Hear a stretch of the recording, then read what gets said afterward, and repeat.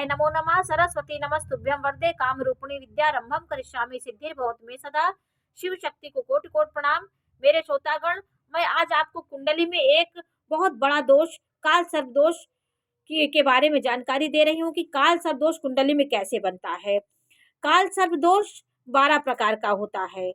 ये कैसे बनता है कुंडली में, इसको आप कैसे देखें अपनी कुंडली में, तो आज मैं इसके बारे में आपको चर्चा कर रही हूँ कि देखिए काल सर्प दोष आपका चौथे भाव में और 10वें भाव में राहु केतु हो और सारे ग्रह उसके उधर हो, या फिर आपके दूसरे भाव में ग्रह हो, यहाँ केतु हो और उसके ग्रह सब उसके अंदर में हो, तो पहरेदार की तरह अपने अंदर सारे ग्रहों को समाये रहता है। तो ये हर कार्य में राहु केतु आपके जीवन में बाधाओं भ्रमित करते हैं। आपके जीवन में बहुत परेशानियों के बाद आप कहीं ना कहीं उन्नति पे जाएंगे। तो हर कार्य में ये बाधा करता है।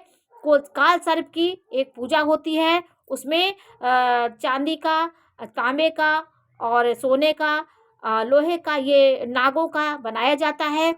उसे नाग वासुकी मंदिर में जहाँ तक्षक की पूजा होती है, तो ये पूजा होने से आपके एक दोष जो होता है काल सर्प का, वो दूर होता है। इसमें बहुत बड़ा विधि विधान नहीं है, इसको पूजा करके इसकी शांति कराई जाती है। आपके भी कुंडली में ये हो तो इसको आप किसी योग्य पंडित से जा करके, जो आपको बहुत बड़ी इसकी वो ना बताएं, आपको परेशान ना करें, तो इसमें सिर्फ शिव जी की आराधना, आपको जीवन में कभी शिव जी की आराधना छोड़ें। शिव जी के चरणों में सारे दोष, वो काल नाग वासुकी के सारे जितने भी विषैले नाग हैं वो शिव जी के चरणों में रहते हैं। तो कोई भी दोष होता है हमारे भगवान भोले बाबा उसको दूर करते हैं। तो आप, लेकिन इसकी पूजा आपको जरूर करानी है। ये घातक काल सर्प योग होता है, ये कई प्रकार का होता है, ये 12 प्रकार का काल सर्प दोष होता है। लग्न में यदि राहु है और लग्न में राहु है और केतु सप्तम भाव में है और सारे ग्रह इधर हों या इधर हों, आपको ये लग्न में हो, सारे ग्रह इस साइड हो या इस साइड हो, उसके अंदर सारे ग्रह हों, जैसे आप द्वारपाल की तरह दोनों आमने सामने, वो अपने अंदर सारे ग्रहों को समेटे रहते हैं। तो ये काल सर्प, पहला काल सर्प हुआ लग्न और सप्तम भाव में, यहाँ राहु यहाँ केतु, ये राहु से ही बनता है, पहले राहु हो फिर केतु हो। तो लग्न में राहु हो और सप्तम में केतु हो और सारे ग्रह उसके अंडर में हो, या इस साइड में हो या उस साइड में हो, तो ये काल सर्प योग होता है। उसका नाम होता है अनंत नामक काल सर्प योग होता है। और दूसरा योग कैसे बनता है? दूसरा योग बनता है द्वितीय भाव में आपका राहु हो और अष्टम भाव में केतु हो।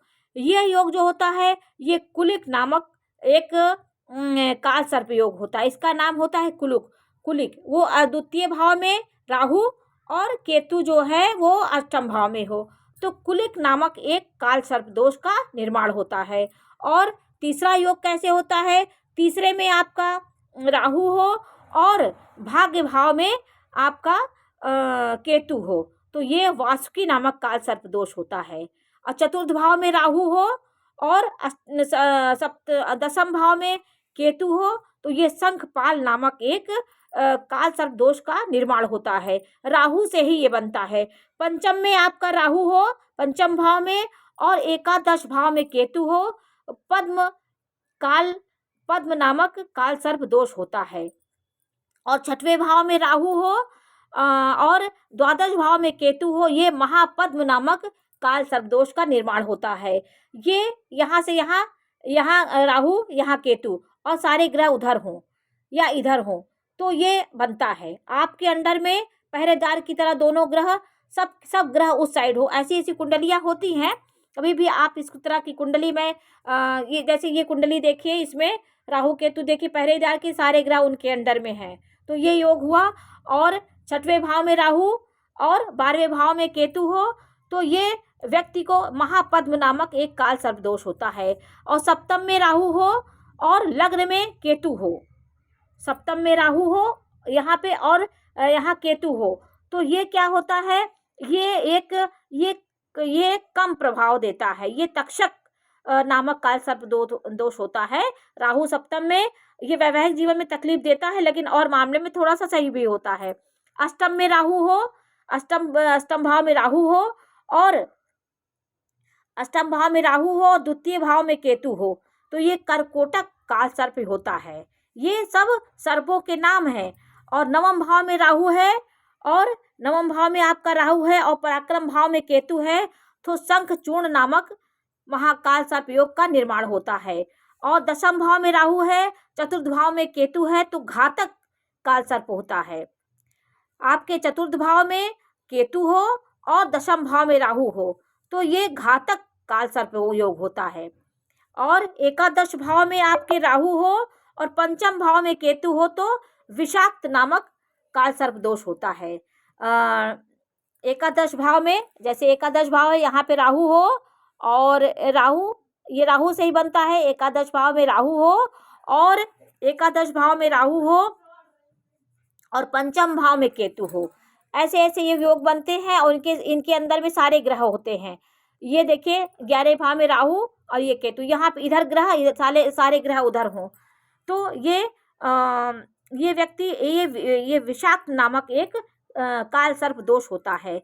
और 12वें में केतु हो, 12वें भाव में जैसे यहाँ पे केतु हो और षष्ठम भाव में वहाँ पे राहु हो, 12वें भाव में राहु हो और यहाँ पे राहु हो और छठवें भाव में केतु हो, छठवें भाव में केतु हो, तो ये योग जो होता है इसको कहते हैं शेषनाग योग होता है। ये शेषनाग काल सर्प योग होता है। तो जितना मैंने आपको बताया, पहले भाव से बनता है, लग्न में राहु और सप्तम में केतु है तो अनंत नामक काल सर्प योग होता है। द्वितीय में राहु है और अष्टम में केतु है तो कुलिक नामक योग बनता है। जैसे यहाँ पे राहु हो, यहाँ पे राहु हो जाए आपका, और यहाँ पे राहु हो जाए और यहाँ पे केतु हो जाए, और उसके अंदर सारे ग्रह हो जाएं। इधर ग्रह होना हो, वो दोनों आपस में पहरेदार की तरह सारे ग्रहों को अपने चपेट में लिए हों, तो ये योग जो बनता है, द्वितीय में राहु, अष्टम में केतु, कुलिक नामक काल सर्प योग बनता है।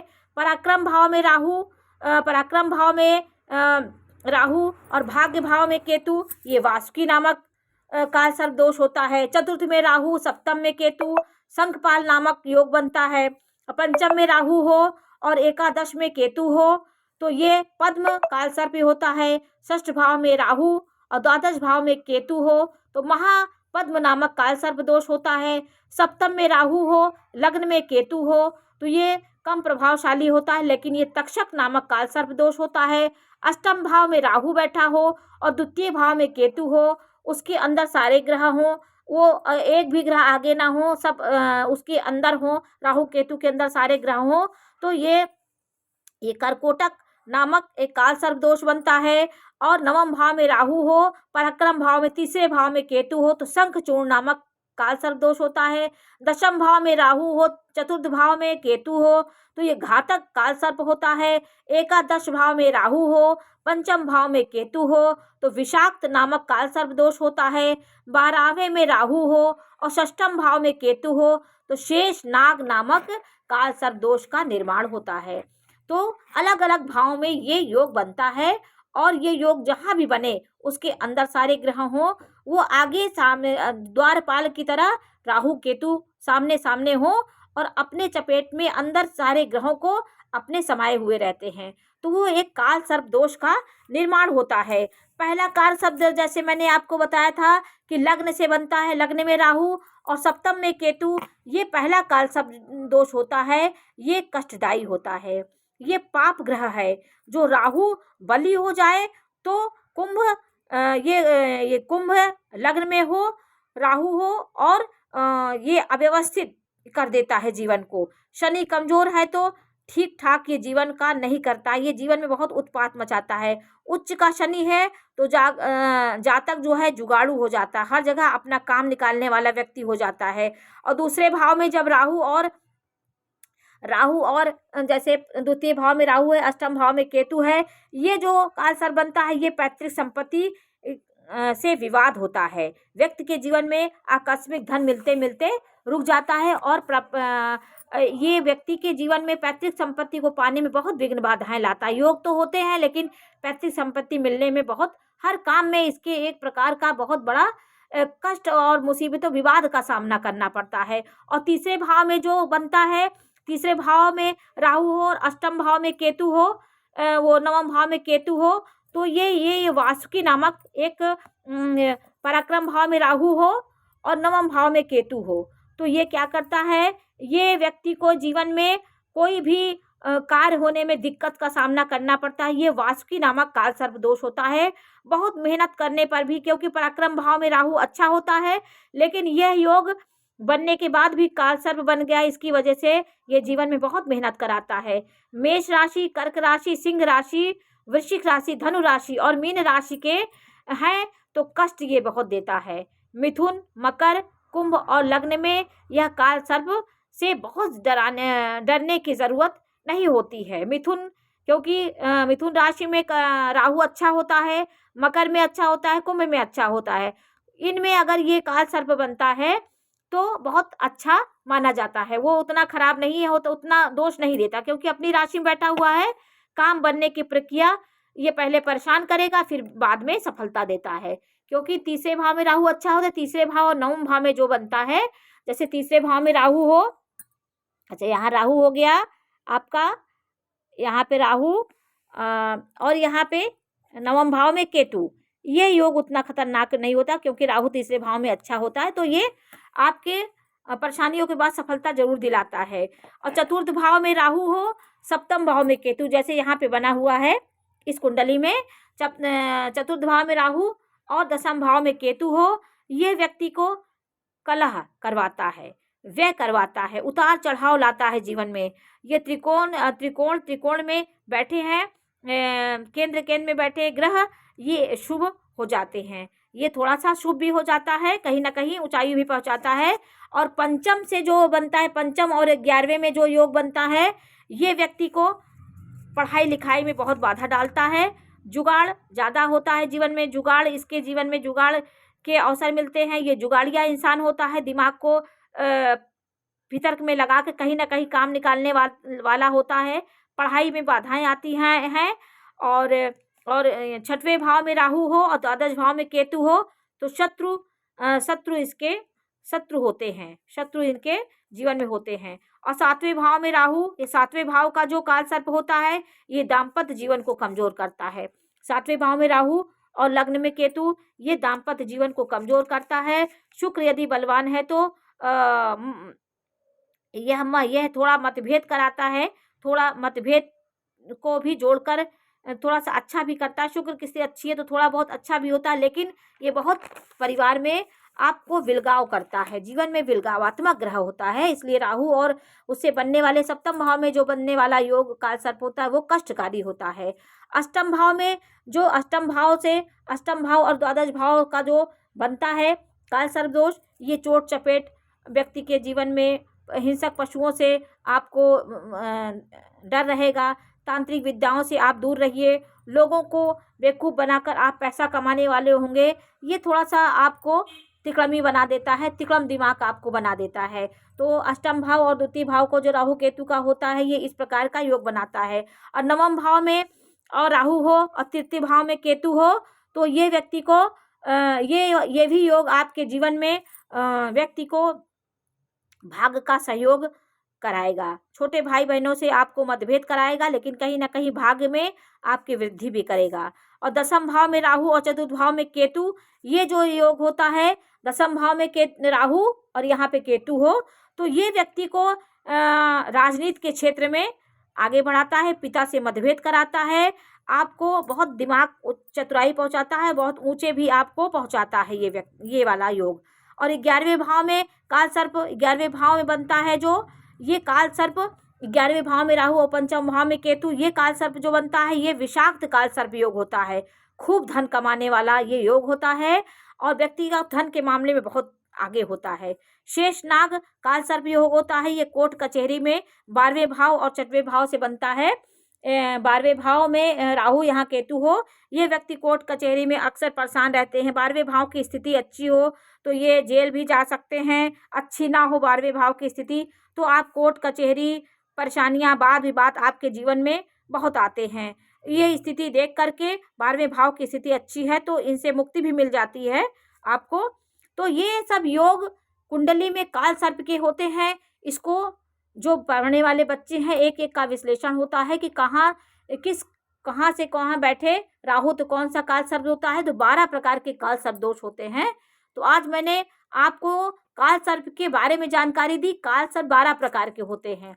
12 प्रकार से ये कार्य करते हैं। किस भाव में राहु है, किस भाव में केतु है, उसके अंदर सारे ग्रह हैं। ये किस भाव से किस भाव में बने हैं, क्योंकि 7वें भाव में राहु से 7वें भाव केतु होता है। तो 7वें का आगे पीछे पहरेदार की तरह ये बैठे रहती है और सारे ग्रह को अपने चपेट में लिए रहते हैं। यही काल सर्प दोष होता है।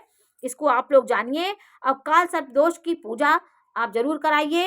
इसमें आपको शिव जी के नाग वासुकी मंदिर में तक्षक नाग की जहाँ पूजा होती है, काल सर्प दोष की पूजा आप कराइए, क्योंकि अब विघ्न बाधाएं आपके जीवन में बहुत आएंगी। इसको शांत करने के लिए पूजा करिए।